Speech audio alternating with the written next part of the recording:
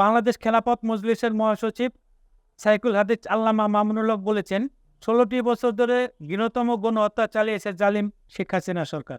জালিম ফেরাউন যেমন পৃথিবীতে বনে ইসরায়েলের উপর গণহত্যা চালিয়েছে, ঠিক তেমনি এদেশের নব্য ফেরাউন হিসেবে শেখ হাসিনা সরকার এদেশের মানুষের উপর গণহত্যা চালিয়েছে। রবিবার 25 আগস্ট সন্ধ্যায় মানিকগঞ্জের সিঙ্গার বাস স্ট্যান্ডে বাংলাদেশ খেলাফত মজলিস সিঙ্গার উপজেলা শাখা আয়োজিত পথসভার প্রধান অতিথির বক্তব্যকালে তিনি এসব কথা বলেন।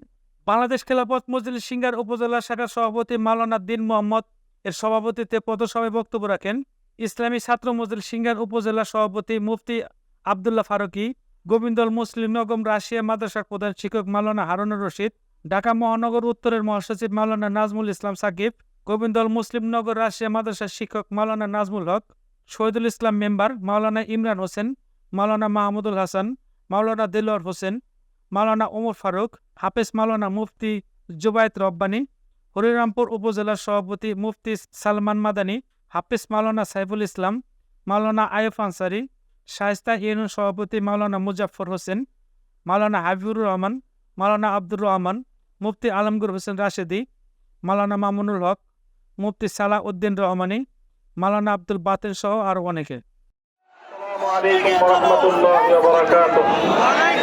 আলহামদুলিল্লাহ তাআলা ওয়া নুসাল্লি আলা রাসূলিহিল কারীম, আম্মা বা'দ। সম্মানিত এলাকাবাসী, আমি সর্বপ্রথম দুঃখ প্রকাশ করছি যে আমার এখানে উপস্থিতিতে অনেক বিলম্ব হয়েছে। আপনারা জানেন যে বাংলাদেশের বিস্তীর্ণ অঞ্চল আজকে বন্যার পানিতে প্লাবিত। সেখানে জরুরি ত্রাণ তৎপরতার জন্য গিয়েছিলাম গত রাতে। সেখানে রাস্তাঘাটে অস্বাভাবিক ধরনের যানজটের কারণে উপস্থিত হতে বিলম্ব হলো। সামনে আমাদের আরো অনেক দূর পর্যন্ত প্রোগ্রাম রয়েছে। এই জন্য আপনাদের সাথে সংক্ষিপ্ত কথা এবং দেখা সাক্ষাৎ এর মাধ্যমে আজকের প্রোগ্রাম সমাপ্ত হবে ইনশাআল্লাহ। আল্লাহ পাক যদি তৌফিক দান করেন, ভবিষ্যতে দীর্ঘ কথা হবে।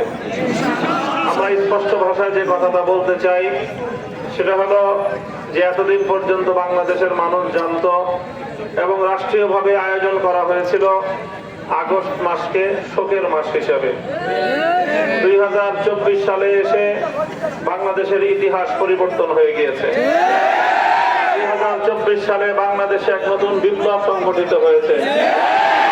সেই বিপ্লবের মাধ্যমে অনেক কিছুর পরিবর্তন হয়েছে। পরিবর্তনগুলোর মধ্যে অন্যতম একটা হলো শোকের মাস আগস্ট মাস বাঙালির বিজয়ের মাস, সুখের মাসে পরিণত হয়েছে। স্পষ্ট ভাষায় আমরা বলতে চাই যে এই 5ই আগস্টের বিপ্লব এটি বাংলাদেশের স্বাধীনতাকে পূর্ণাঙ্গতা দেওয়ার একটি অন্যতম মাইল ফলক।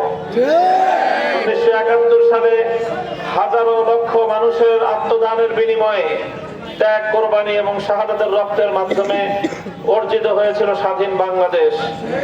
53 বছর পর্যন্ত বাংলাদেশের মানুষ স্বাধীনতার সুখ খুঁজে পায়নি।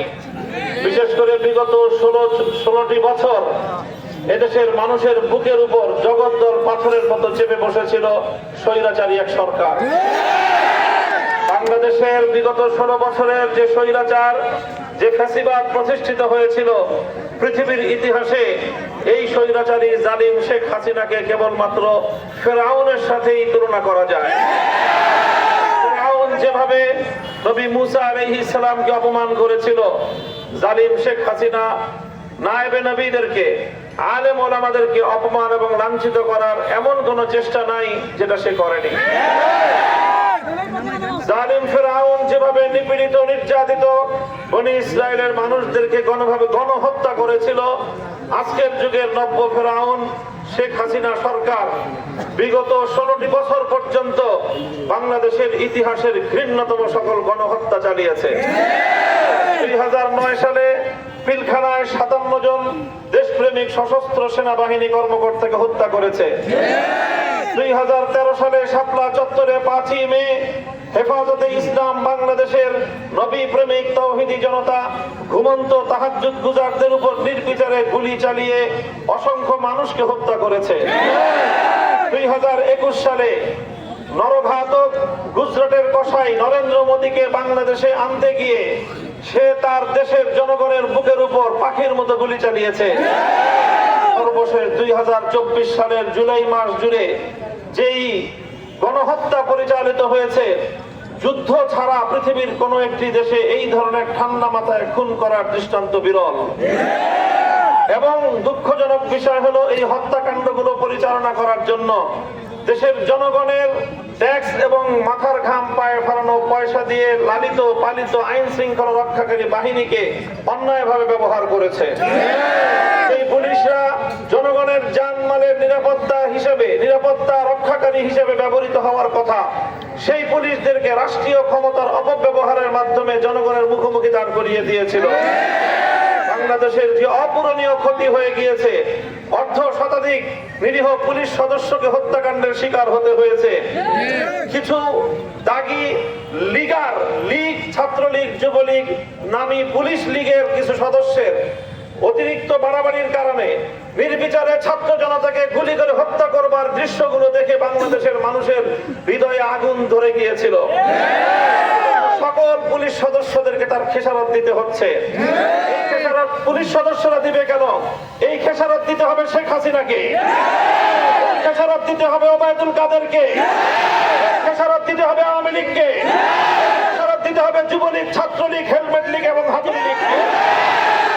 আমরা পুলিশ ভাইদেরকে বলবো, আপনারা কাজে নামেন, আপনারা দেশের সেবায় নিয়োজিত হন, আর আপনাদের নিরীহ যে সকল নিরপরাধ পুলিশদেরকে হত্যাকাণ্ডের শিকার হতে হয়েছে তার জন্য শেখ হাসিনা এবং তার দোসরদের বিরুদ্ধে হত্যা মামলা দায়ের করুন।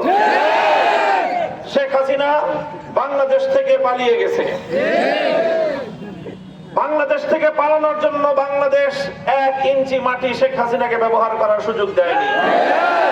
আকাশে উড়াল দিয়ে দিল্লিতে নরেন্দ্র মোদীর কোলে গিয়ে পড়েছে। সেখানে আশ্রয় গ্রহণ করে এখন সেখান থেকে বাংলাদেশের স্বাধীনতার বিরুদ্ধে ষড়যন্ত্র করছে। স্পষ্ট ভাষায় বলতে চাই, ভারত সরকার কতদিন শেখ হাসিনাকে রাখতে পারবে সেটা আন্তর্জাতিক আইন আদালতের ব্যাপার, সেটা আমরা কিছু বলবো না।